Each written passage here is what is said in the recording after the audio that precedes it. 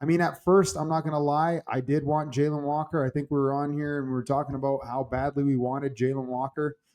But Mykel Williams is the closest thing to Alden Smith. And we all remember as 49er fans what Alden Smith was as a San Francisco 49er. He's a long, big DN. He's 260 pounds, 6'5". Expect one thing with this draft class. The 49ers will get knockdowns. The quarterback's balls are going to get knocked down. These are big men that the 49ers have brought in.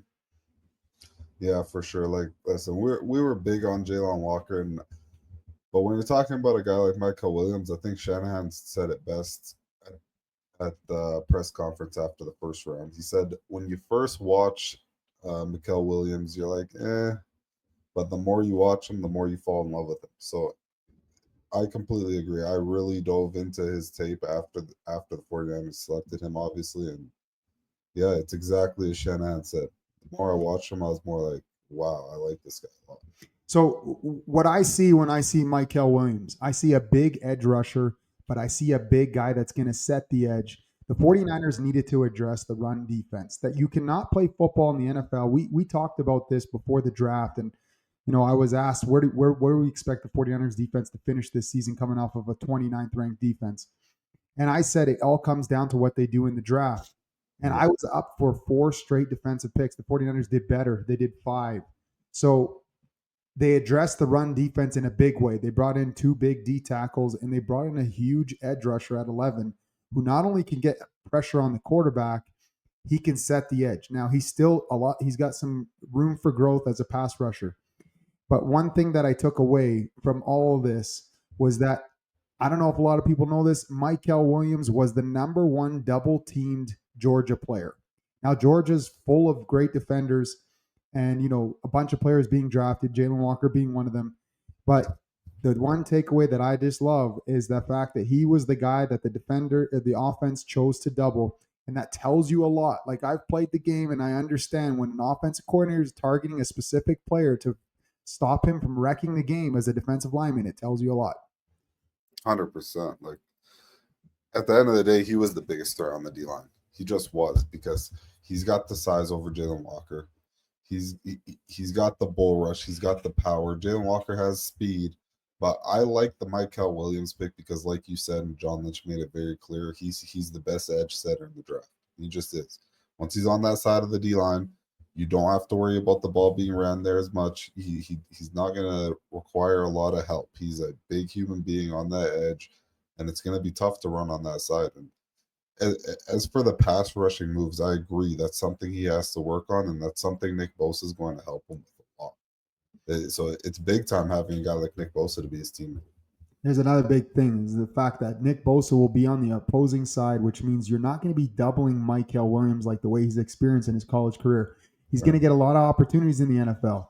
He might even get more opportunities than he did in college until he starts making those big plays. And if he starts making those big plays, now the offense has got a problem. They got to decide who they double and who they prevent from taking over the game.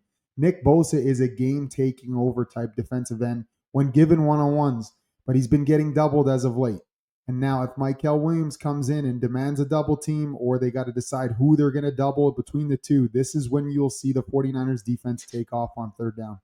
Right. And so I guess one downside we could see with the Mykel Williams pick is that he's been dealing with the lingering ankle issue all last season. But one thing that is undeniable that you can't take, that you got to give it to him, he played through.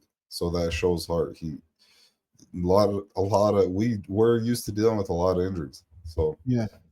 And I've dealt with a high ankle sprain before, and I know exactly what it's like. It's not fun. And he played 2 weeks after a high ankle sprain. Typically, a high ankle sprain is 4 to 6 weeks. A lot of people do come back in 4 weeks, but it lingers. And for sure, it lingered and bothered him throughout the season. And, he played through it, and he played at a high level. Again, like I said, teams chose to double him over the other players on that defense. And there's a lot of good players on a Georgia Bulldog defense. So the 49ers did their homework, and they came away with Mykel Williams being the best guy at that spot, an 11th spot. Yeah. You got a difference maker. Yeah, another thing I'd like to mention as well is we're talking about a 3-year starter, and he's 20 years old, and he's been starting in college for 3 years. So you see there's a lot more tape to watch on him in comparison to a guy like Jalen Walker. So you could get to know him a lot better than a guy like Jalen Walker.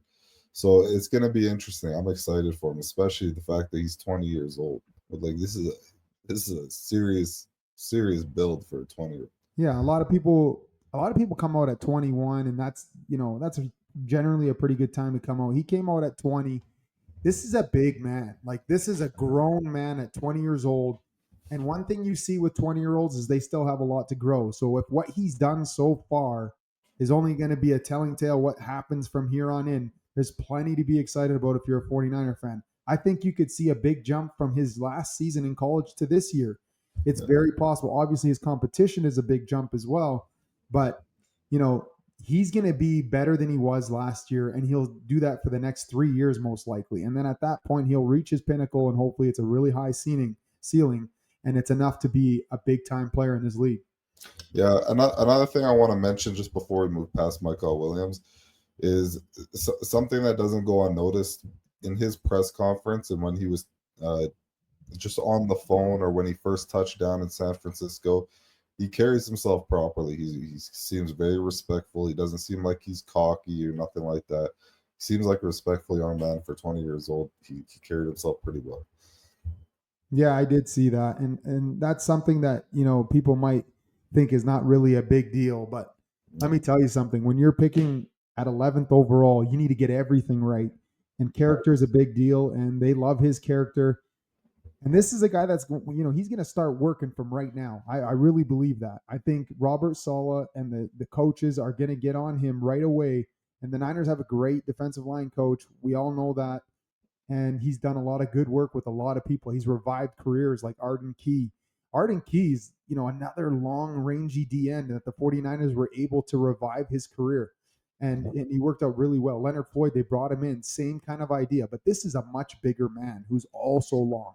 He ran up, and my player comparison, let's not get Alden Smith.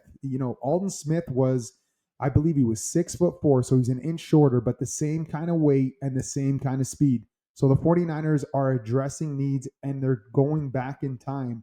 They're trying to get players that they've had a lot of success with, and they're trying to bring them back in.